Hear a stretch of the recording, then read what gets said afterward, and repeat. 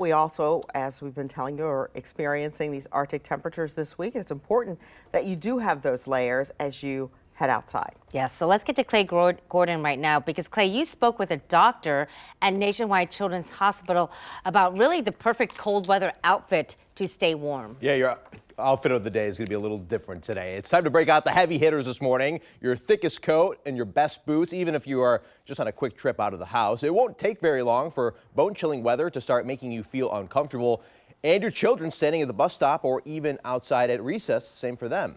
Here's what Nationwide Children's Hospital recommends besides a jacket and hat to wear on a day like today. A protective face covering, mittens over gloves because mittens are better at preventing heat loss. Socks should be worn at all times, and if they become wet, it is important to change it into dry ones as soon as possible. But you just want to do what makes you comfortable and not too warm and not too cold. That's where it's a little more difficult with kids, because kids are more likely to play through those uncomfortable feelings. So you really do want to ask them, you know, when they come back inside, or maybe check in with them after they've been outside for a little while and just say, hey, how are you doing?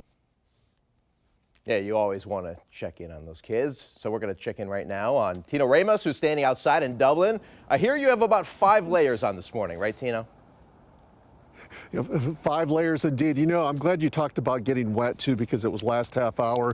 I actually came in contact with the cold and the wet, and my fingers were kind of freezing a little bit as I finished my live shot. I do want to show you something here though, just to experiment, just to show you exactly how quickly things are freezing out here. Obviously, this is a metal pole. We have a cloth with water on it. It's that quick. It's that quick that we're dealing with the freezing here in a matter of seconds here. That's why layers are so important here when you come to getting outside here. You definitely want your last layer to be, though, something that's going to actually breathe underneath here. I have another layer underneath this, which is basically a cotton t-shirt, but it breathes and it allows the water to actually exit out here, because you do not want to get any water in contact with your body. When that happens, it's game over. You know, this t-shirt had some water on it here. Within 10 minutes, this is basically what we saw. It froze into a sheet of ice, basically, is what we're dealing with right now. And in terms of how cold it is right now, I was looking at 18 degrees, probably a little bit less at this point here. And when it does come to the water touching the metal or touching anything, how quick it does freeze. Again, it was only a second or two before this froze, and you can see the white.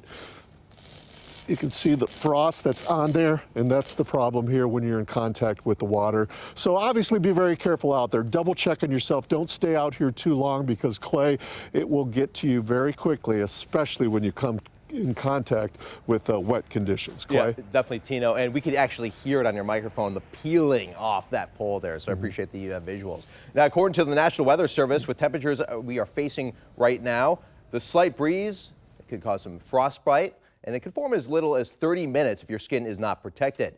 Nationwide Children's Hospital says the symptoms and signs are similar to what you would expect from a thermal burn. Tenderness to touch, it can be painful, numb, or tingling. Dr. Michael Patrick says the skin may feel warm when it shouldn't be.